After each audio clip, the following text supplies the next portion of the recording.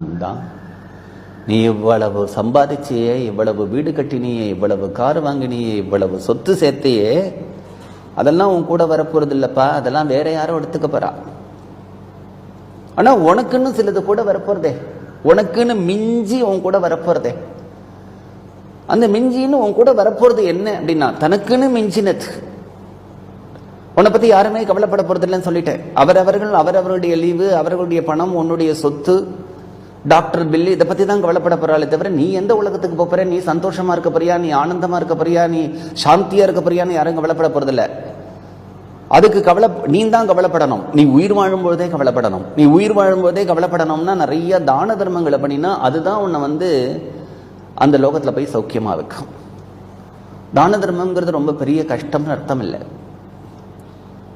எவ்வளவு மனித பிறவியில உன்னால எந்தெந்த விதத்திலலாம் நல்லதை சம்பாதிச்சுக்க முடியுமோ சம்பாதிச்சுக்கோ, அவ்வளவுதான். எனக்கு முடியல, எனக்கு பிடிக்கல அப்படின்னு உட்காராத.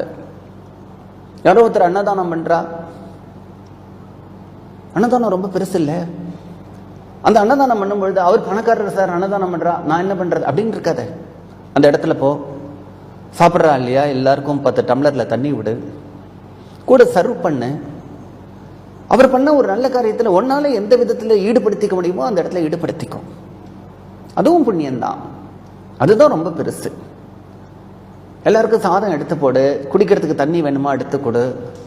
ஏதாவது ஒரு சின்ன ஒரு தொண்டு செய்ய முடியும்னா செய். கோவிலுக்கு போறியா, பிரகாரத்தை சுத்தி வர அந்த இடத்துல 4 புல்லு பிடுங்கி முளைச்சிருக்கு, பிடுங்கி போடு.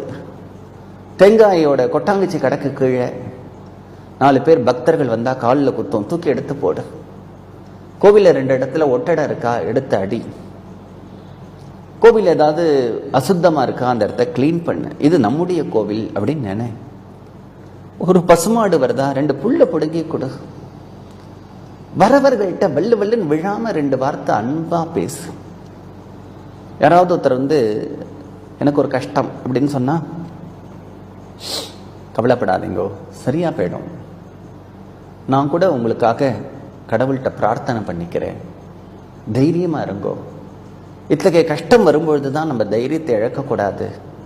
நீங்க 2 வார்த்தை ஆறுதலா சொல்லுங்க, அவர்களுக்கு அதுவே ஒரு பெரிய தெம்பா போயிடும். அதனால இனிமையான சொற்கள்